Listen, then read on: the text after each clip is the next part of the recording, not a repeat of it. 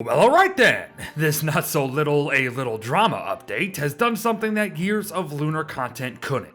It has blessed us with moon skins, everyone. Now, I don't know why it took so dang long, but Clay has certainly made it worth the wait, as they've even tossed in world set piece skins to boot. That means that our worlds are about to change, but don't worry about having to pick and choose how it does so, as Beard's got you covered from the deepest depths to the rockiest moons. It's fashion show time. An event that Wormwood here has been waiting for since the day he was born, as to him, there is no place like home. You want to shuffle about as a moon glass encrusted loon tree? Well, now you can. And as you continue to bloom, you will get more and more loony while you're at it. I do always love these dynamic skins at the end of the day. And while Wanda and her skin sets are usually in that discussion too, I really only have one thing to say to the diviner today. Put some dang pants on, you old coots. Jokes aside, it's actually much better now after our recent hotfix, and it's actually a neat looking get-up that sees Wanda's hair changing from a celestial green tint when she's young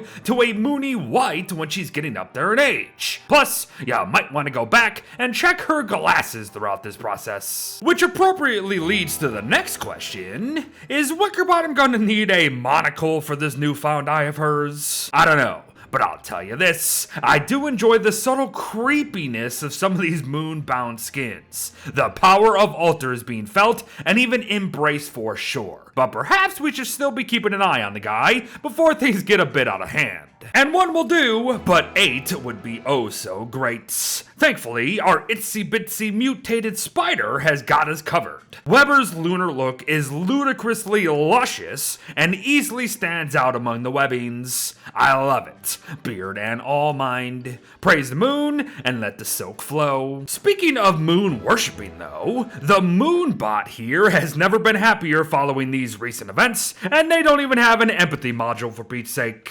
Metallic, icy I bet, and quite striking. These skins may just be the best yet. And we're not even halfway done yet. From striking to spiky, Wilson and his moon-studded self are ready to study a whole new realm of knowledge. It's one of the more basic skins, sure, but for Wilson, it is easily one of his best when put up against the rest. Shine on, my science star. And perhaps help Walter along the way with earning his merits for lunar logistics, yes. The lunar scouts are here to stay, and very much like Walter themselves, I wouldn't have it any other way. With the moon on our side, nothing will stand a chance. Oh, we'll also get a cool new hat too, so enjoy it. But you know who's probably not enjoying all this? The former king of the Nightmare Throne. Now it does sound like it was his own doing though, so perhaps he's now seeing the error of his ways. Errors that have unfortunately left him with 5 chins, but hey, maybe Charlie's into that sort of thing. And last, however certainly not least, the ever ethereal Wendy and her frizziness. But even though she looks like she just rolled out of bed, she is still looking absolutely incredible. And don't forget about the inclusion of a new flower for Abigail as well.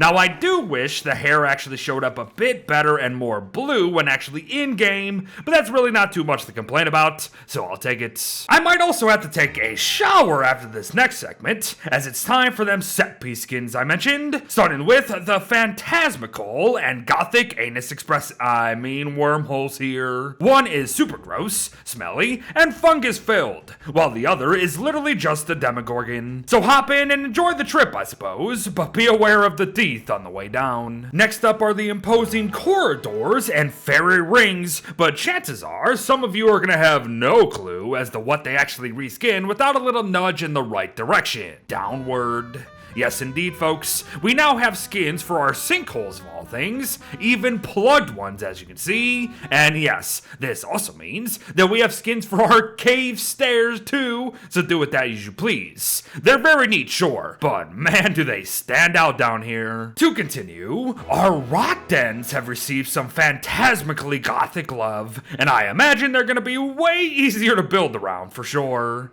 Now, if only we can actually move the dang things. Touch touchstones have been touched up themselves and are looking real intriguing, especially the Philosopher's Stone nonsense. Part of me wishes it was a mushroom planter skin of some description. However, for now, I will simply question why a mini bone helm is a part of the decoration. You have some explaining to do, Clay. Our gravestones have gotten major love in the form of count 'em, 4 separate skins per set for a total of 8 new deadly looks. Now, the top row consists of phantasmical graves, while the bottom is all the Gothic get-ups, in case you were wondering and want to pick and choose. But once again, I have got to say, if only we can make and or move our own graves. And finally, even the rarely seen obelisks of our worlds can now be changed with the help of a clean sweeper, which, by the way, I should mention, all of these are gonna need. And while that's cool, it is continuing the trend of just not having that many uses. In fact, one of the only things I can think of was the Pig King area, as the ones in the atrium are just too out of the way, and I don't think anyone's building a base in the atrium. So I am not entirely sold on obelisk skins right now. That said, I do suppose I literally just paid for them for a stupid YouTube video, so yeah.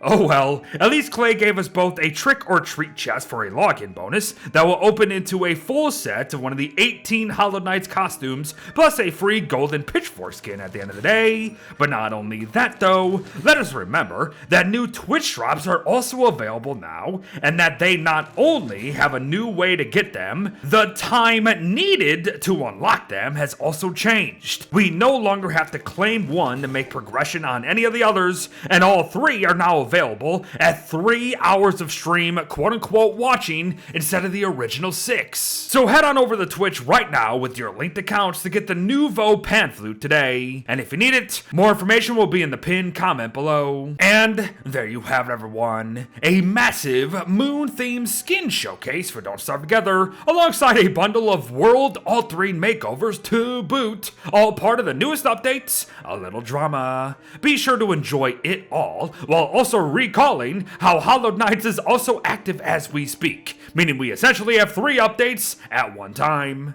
Thanks for watching, folks. Well wishes to all, and I'll see you on the moon. Bye bye.